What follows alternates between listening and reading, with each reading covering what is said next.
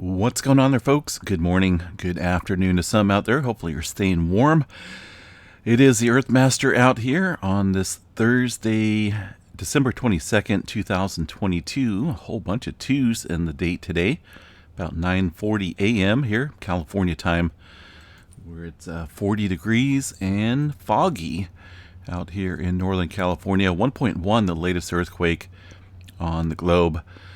Looks like in the area of Southern California. Now, before we get into earthquake activity, I just want to show you guys this map. Now, these are not the actual feels like temperature, or this is the feels like temperature map, including when you factor in the wind chill. Sometimes gets you out there, considering we got a major Arctic cold air mass coming down from the south. Look at these temperatures. Way below zero in the negative. Now these are wind chill factors here.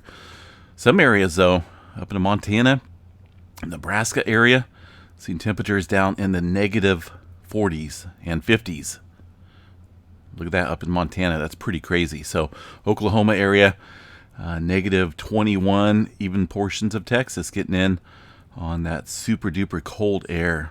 Now the actual temperatures out there right now in these areas are not that cold, not in the way, negative 40s, but cold enough. When you get temperatures around zero or so and pick up some wind, it can really get really chilly and factor in those cold, those winds blowing. Wind chill, crazy stuff. But again, this isn't going to last all day. Well, it's going to last all day, but it's not going to last for too long. A day or so is easily acceptable. This will move out eventually before, but not before spreading further south into portions of Texas and areas around the southern states here over the next 24 hours or so. Yes, Mississippi, Arkansas, Tennessee area is going to get in as this works its way towards the east. But I tell you what, I'd rather have a couple days of this extreme brutal cold than 4 months of 100-degree temperatures like we have out here in California during the summertime. So that will be on my menu pretty soon. Okay, what do we got going on out here into Northern California? Still seeing some aftershock activity. The last one was looks like a 1.7 a couple hours ago. It looks like we may be seeing a tapering off of the aftershock activity, but not continually, or at least not far as regionally goes. We're still seeing some activity across the west coast, including a 2.2 along the coastal range here. This is a little coastal fault system, Bartlett Springs Fault, that's coming in within the last hour, and some activity down south as well today. Let's see what we got over here around the interchange, the intersection here up the Garlock Fault, the San Andreas Fault, and a couple other fault segments here. Is a pretty dangerous area. 1.2 at looks like 0 kilometers deep for now, and then some activity down south here. A little swarming off of the San Jacinto Fault Zone. Seen some activity today as well. Look at the 2.5 map and above. Looks a little bit less active than what we've seen yesterday. Still seeing some twos, though, as noted up here in the Northern California area, following that 6.4 a couple days ago. Now, looking at the let's go back to the all magnitude 7 days here and get a tally so far of the earthquake activity. It looks like about 157 earthquakes so far, following that 6.4. That's actually somewhat minimal. And I say that because a lot of times these could be in the few hundreds, 500-600 or so, which I think we are, but the USGS is probably playing catch up.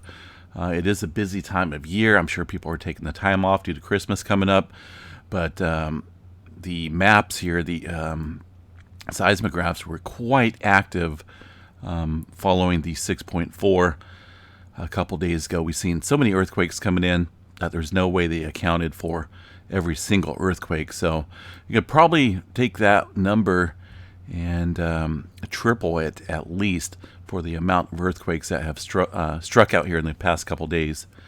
Right now, the live seismograph stations there in that region, still seeing some very small earthquake activity. It looks like just very small speck. A couple around the Dinsmore area as well. These are two different stations up here, Petrolia. This one here is Dinsmore, located within the same vicinity of Northern California, but two different stations.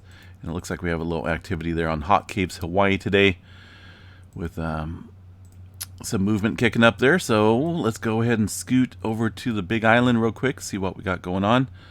Definitely activity around the Pahala area, but I'm noticing a migrational fashion here. Been spreading up across the eastern area, southeastern area, around the hill in a slump. That's kind of a little scenario that could take place if things go sour. I covered that actually a couple times here on this channel. We're not going to do that this morning because I got a pretty busy morning. But activity kind of stretching up there. Let's check out the last 7 days of activity. Most of it has been around the Pahala area in two separate swarms. Got one here, and one's just a little bit further to the northeast. And today's movement showing further activity to the away from the swarm, over across the slump areas. So yeah, we'll watch that. I still think there's something suspicious going on there with the sudden stoppage of activity on both volcanoes earlier this month. So far, nothing showing up for earthquake activity. I find that pretty odd across the Mauna Loa area. Let's check out the, stand by for a second here. Let me bring up the volcano hazards map and take a look at the live seismographs that are recording. Now, let's see if this one's back online. It's not online. It's completely offline. And that's normally the station I monitor. It's kind of odd that they would pull that. It's been down for 2 days now. But they did have a wind event a couple days back.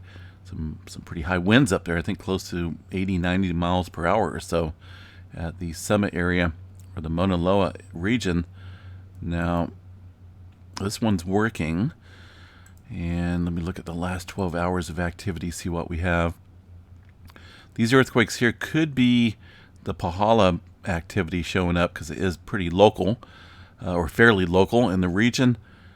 But as far as general extreme local activity, it's going to be these very small spikes, and it looks like there's a couple of them, maybe a few, but nothing major going on there at Mauna Loa currently. Either way, yeah, I just still think it's a little odd. So we'll watch this region around Hawaii, the Big Island, for some possible further odd activity. If we start seeing that swarm really ramp up here along the hill in the slump region, we'll have to watch that for some dangerous conditions. This slump region, there's actually been a little chat about this whole thing collapsing and falling off into the ocean here, creating a tsunami. Now there's definitely some scenarios with that, but I don't know exactly what it would take for that to happen. Either way, some movement there today along that region. Also an earthquake coming in within the last hour, just over the hour threshold, a 5.0 in Japan. Yesterday we did see some activity somewhat deep into the Kuril-Kamchatka Trench. Now we haven't seen any major sufficient westward plate movement here. As far as the pressure gradient goes, we're still kind of locked over here in this area. We did see these two earthquakes up here within the last 24 hours, so that's definitely within our watch zone. This area here is very capable of producing something significant majorly. Down here in the Fiji Islands area, got two earthquakes overnight. These other two are older, so we have a 5.0, 164 kilometers deep, and also a 4.9, 57 kilometers deep. So it looks like activity's kind of trying to ramp up here. Some deeper movement with a little bit of surface activity kicking up downstream. So it's questionable, though, if we'll see that really kick up today in full swing. But we'll watch it. Until then, definitely still keep an eye on the West Coast for some activity. Over here around, looks like Guatemala, seeing some activity inland. Looks like late last night, a 4.1 coming in, about 89 kilometers deep into the Middle America Trench. Further down south here into the Puerto Rico or the Peru area in Colombia. Got one this morning so far, 5.5. Looks like 157 kilometers deep there into the Peru-Chile Trench. So yeah, definitely kind of watching it, seeing how this plays out. Definitely watch the West Coast. Let me bring in this area again, see what we got for any suspicious activity. Definitely seeing a line of movement up against the these coastal range fault systems here, just shy of the plate boundary. Now, San Andreas Fault in the red line. Not seeing a whole lot of activity on that today, but definitely noticing increasing activity across areas prior to that. So that's definitely a sign of some regional pressure as a whole. Up into Washington, we did have a couple earthquakes around Mount St. Helens and Mount Rainier. I think I left those out last night, not on purpose, just had a whole lot to chat about there with the weather. Ohio, 2.5. Let's see here. Looks like that's just outside of south of Toledo area. Don't see too many earthquakes out there in Ohio, but there has been some earlier this year up around the Lake Erie area. Let's see here. 2.5. Looks like a few folks reported feeling that earthquake, surprisingly.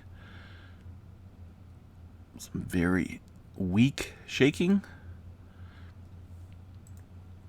Also some activity further to the southwest in that this area of the country, 2.0 in the New Madrid zone area. That one coming in looks like about 2:30 this morning, my time. Puerto Rico down here. Yeah, we're kind of doing that zigzag game today, popping from here to there, connect the dots. Literally, that's what we're doing, connecting the dots here. Still seeing that swarm up here around the Puerto Rico Trench. Some further activity overnight and this morning. Upper threes kicking off in this area. I remember historically this region is extremely dangerous here in producing some significant size earthquakes. Subduction levels here can produce some megaquakes actually. But just kind of watching it. Kind of keeping an eye on things around the Caribbean plate area. Now let's look at the tremor last night. I'm kind of curious to see if we have any tremor. We didn't. 0 epicenters, or at least that's what they're showing here. Check out Mount St. Helens real quick. Seismograph station here at the summit area will give us a good indicator of what's going on.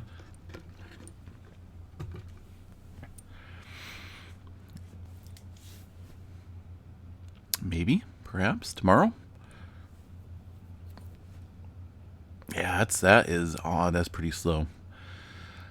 All right, so this is pretty decent seismograph readings here. Notice the almost perfect lines of the digital seismograph reading. Some activity, looks like some very small microquakes in the mix here. There's a handful of them. Nothing major going on. This area has seen a little bit of swarming over the past few months this year, but nothing that would indicate any volcanic unrest. This is just basically some very small microquakes that are often fairly common at volcanoes. Previous day, looks like, let's see what we got, about the same thing. A couple small earthquakes in there as well yesterday. But overall, yeah, it looks like looks about normal there at Mount St. Helens. And Yellowstone super volcano. I don't think we got anything major going on there. Doesn't look like it. Nope. Not a whole lot. Very small microquakes here, but that's about it. We did have a little bit of an odd reading yesterday. We've seen that, reported on that on the update last night. A couple of small Little odd signatures. I'm not for sure what they are, but they did show up on a couple other seismograph stations in the area around Purple Mountain, even Mary Lake. So it doesn't look like a network type interference that you would see on these digital readings, but it looks like not for sure. Not for sure if those are geysers going off, maybe, or who knows. Either way, definitely some odd readings across a couple of those seismographs yesterday. Nothing showing up today, though. Things look pretty calm across the area. And the space weather activity.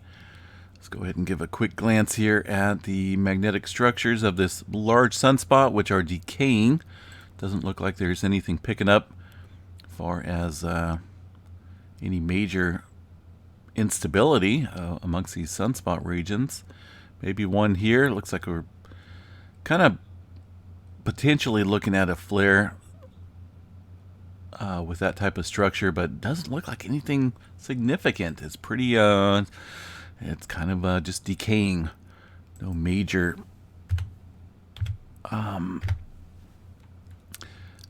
expected flares. So there we go. These guys saying the same thing. All these sunspots have stable magnetic fields that pose no significant threat for strong flares. So it's one of those things. I was pretty hopeful for this sunspot because it was looking pretty large as it was coming around the bend, and then it just kind of completely went downhill. It's kind of been that way recently. I know we did have a bunch of M flares. Was it last week or the week before? But they did not provide anything spectacular in the way of solar weather events. Current aurora forecast here looks a little active in the green shade on the dark side of the Earth. Really not expecting any major events from that either. It looks like over the next couple days or so, 25% chance possibly there around the higher latitudes. All right, folks, I am going to jump off here. Stay warm out there. Goodness, that's a lot of people covered here in this cold weather. Again, that's the wind chill. But it's going to be out of here. Give it a day or two, and you'll be back probably definitely above these levels.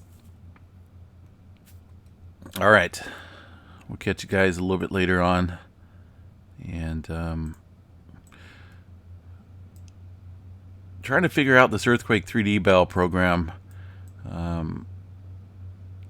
Keep having some issues with it. It wants to throw out 4 bells when it's only a 2.0 magnitude, but I'm going to try a couple different things here and see if I can't fix that. Looking at the globe, though, Earthquake 3D globe, looks like we have, and this here kind of shows the smaller microquakes as well compared to the USGS map. But definitely seeing a pretty large uptick South America region still around Costa Rica, it looks like.